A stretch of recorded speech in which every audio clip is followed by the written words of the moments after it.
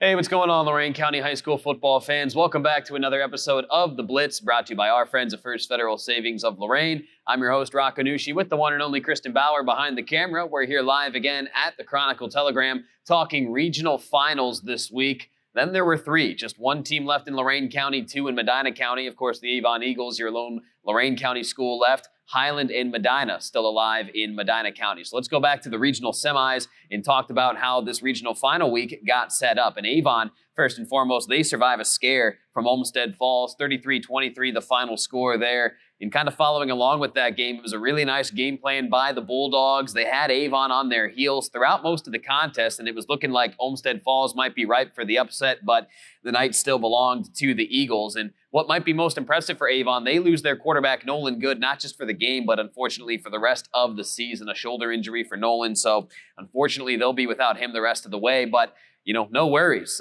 Blake Elder, sophomore, son of Coach Mike Elder, he came to the rescue. 2 touchdown passes in the fourth quarter, a 78-yard strike to Cole Kepner, and a 38-yard dart to Matt Maxey to help set up an Eagles victory. Jacorian Caffey, he did his thing as usual on the ground, eclipsing 100 yards rushing, along with 2 touchdowns. So Avon, again, they survive a scare from a very good Olmsted Falls team and effort. So the Eagles march on to the regional final, where they have a date with Medina Highland. That's a game at Strongsville. Speaking of the Hornets of Highland, they dominated Anthony Wayne 31-10 in the regional semis. It's the first regional finals trip now for the Hornets since 2013. So hats off to Coach Gibbons and crew over there. Matt Syriac blocked the General's field goal right before halftime, kept the Hornets at a 2-possession advantage heading into the locker room. And that was really all the momentum that they needed to carry the rest of the way, just really asserting their dominance. And it was a lot of the ground game. Casey Meyer and Evan Grant, 2 running backs for Highland, they each had a pair of touchdowns, so 4 scores between those 2 guys.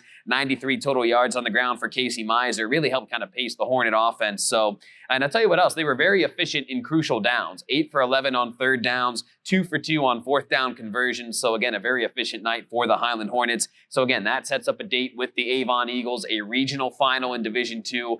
That'll be at Strongsville. You can hear that game on AM 930 WEOL 100.3 FM. Our other school left alive, again, we've only got 3 left. It would be the Battling Bees of Medina. They're buzzing right in to the regional final, coming off a huge 21-20 win over Cleveland Heights.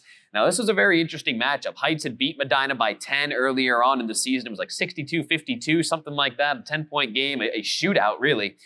This one, a little different. The defenses were actually what dominated this time around, and Medina linebacker Camden Sokolowski, he deserves a lot of the credit. As Cleveland Heights, they had what could have been a game-tying score within the final minute of the ball game. They elect to go for 2 with the score at 21-20. A little option play to the left side, but Camden Sokolowski, again for Medina, he was all over it, shut it down, and got the defensive stand to help Medina get the win. Offensively, Danny Stoddard, the Bees quarterback, he was 21 of 31 through the air, over 350 yards, 1 touchdown, 2 interceptions, or 1 interception, excuse me.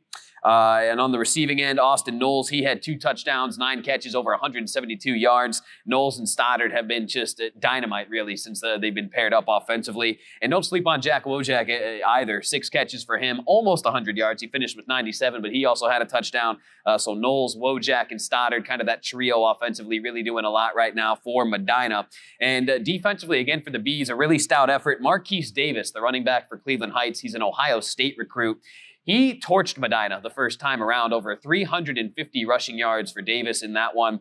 He still got to 190-something. It was just under 200 this last time around against Medina, but to be able to basically cut that in half, it was a job well done by the Bees defense to do just enough to limit Davis, the Ohio State recruit. So hats off to Medina. That sets up a date with Big Bad St. Edwards in the regional final this Friday night. That'll be a game at Parma Byers Field, a game you can hear live on WEOL.com, streams 2 and 3. So if you've listened to the Bees all season long on stream 3 for the Medina County matchup, you can still use stream 3, but you can also use stream 2, again, on WEOL.com to listen to that Medina and St. Ed's game. So again, coming up on WEOL this Friday night, regional final, Avon and Highland from Strongsville High School. That's a game on AM 930 WEOL 100.3 FM. Can Blake Elder and the Eagles do it again? We'll find out. And then on streams 2 and 3 on the website or on our free mobile app, it'll be Medina taking on St. Ed's from Parma Byers Field. So a lot of fun action to look forward to here in the regional final. Good luck to all of our local teams. So for Kristen Bauer behind the camera, I'm your host, Rocco Nushi, live from the Chronicle Telegram, saying thank you for tuning in to another episode of The Blitz,